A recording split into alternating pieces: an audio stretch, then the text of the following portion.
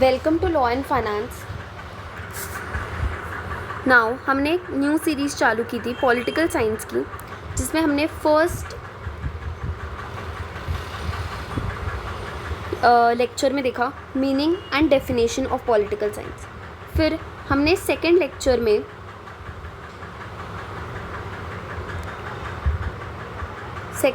में हमने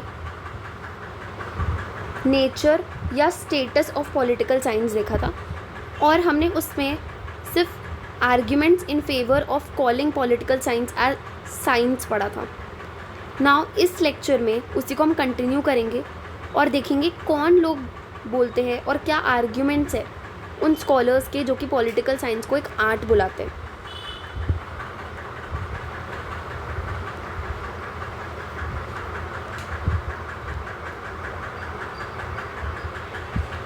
Arguments in favor of calling political science as an art.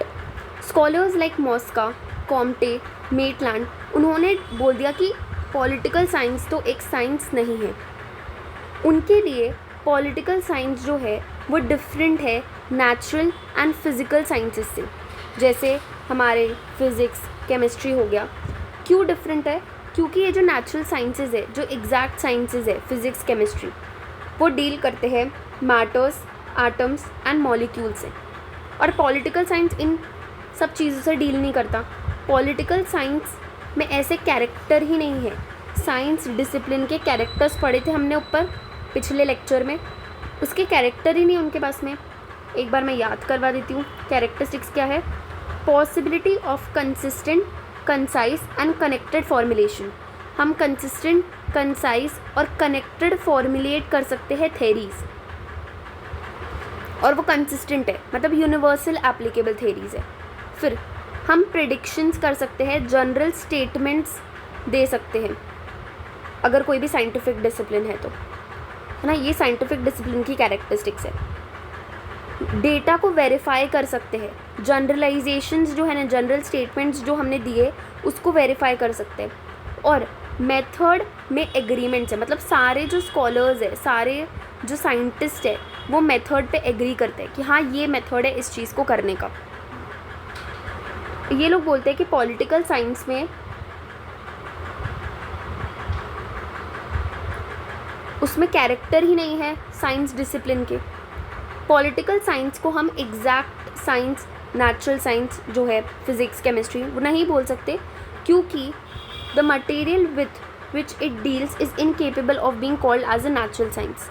Political science ऐसे matter से, ऐसी चीज़ों से डील करता है कि उसको हम नेचुरल साइंस, एग्जैक्ट साइंस नहीं बोल सकते। वो डील करता है स्टडी, स्टेट, गवर्नमेंट मैटर्स, ऐसे फैक्टर्स जो कि इन्फ्लुएंस करते हैं decision making power of government. उसके बाद में पावर स्ट्रक्चर, इन सब चीज़ों से डील करता है political science. Organs of state, organs of government को पढ़ता है, लेजिस्लेचर, एग्जीक्यूटिव, जुडिशरी। और नेचुरल साइंस इन सब में से कुछ किसी को नहीं पढ़ता।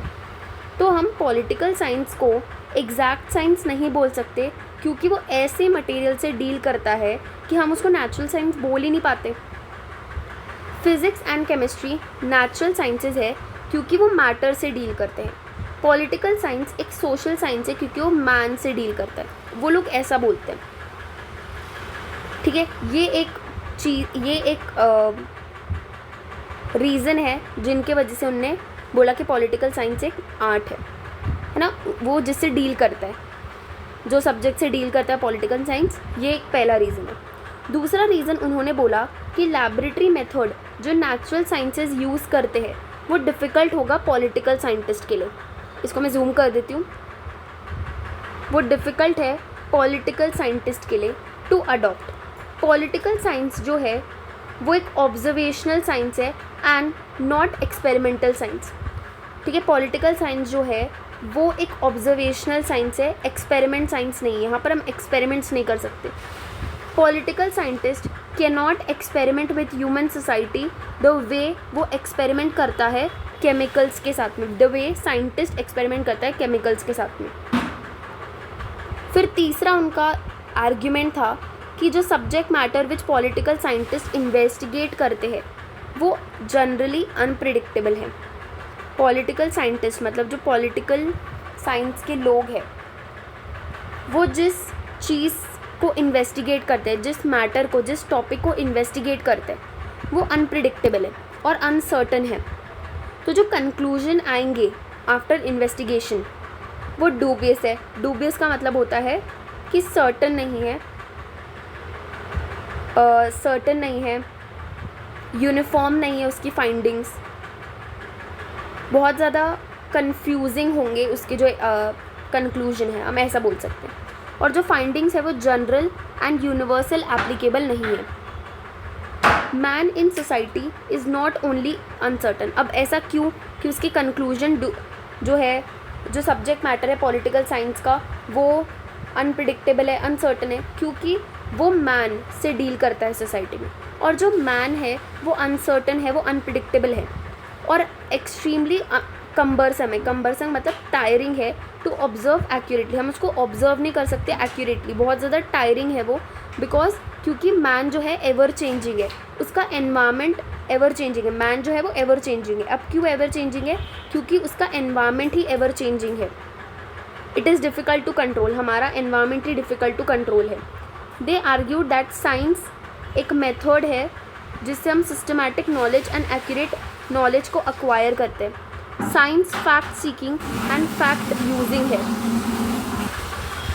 जो साइंस है वो फैक्ट ढूंढता है और फैक्ट को यूज़ करता है थेरीज़ को बनाने के लिए, हाइपोथेसिस को फॉर्मुलेट करने के लिए।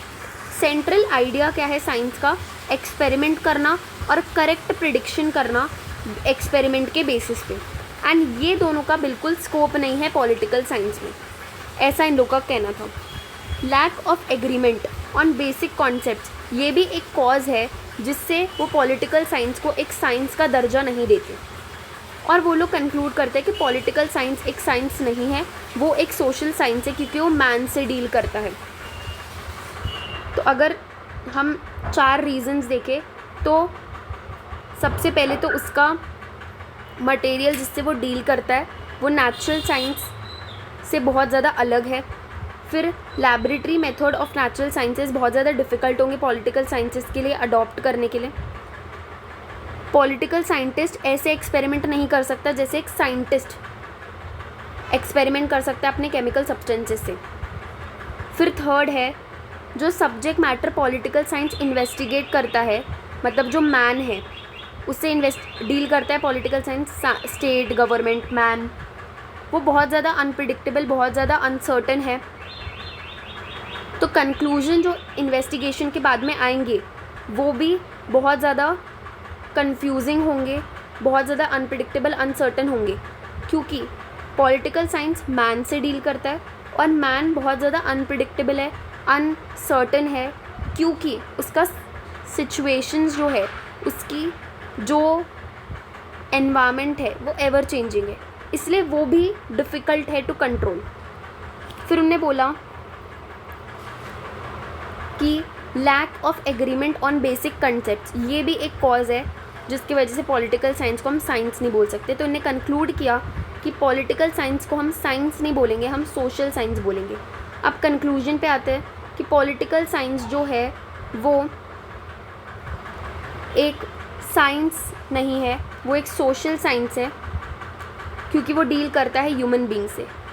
बट बाद में बोला गया कि पॉलिटिकल साइंस एक साइंस भी है और एक आर्ट भी है, भले वो एक प्योर साइंस नहीं है जैसे फिज़िक्स एंड केमिस्ट्री है, बट ये एक ब्रांच है सोशल साइंस की। तो ये कंक्लूजन आंसर के नीचे लिख लेंगे हम कि पॉलिटिकल साइंस एक साइंस भी है और आर्ट भी है, भले वो पॉलिटिकल साइंस जो है वो एक प्योर साइंस नहीं है, एग्जैक्टली वो प्योर साइंस जैसा नहीं है जैसे फिज़िक्स और केमिस्ट्री है, बट वो एक साइंस भी है और एक आर्ट भी है। अगर वीडियो पसंद आया तो प्लीज़ लाइक करना, share and subscribe. Thank you for watching this by law and finance.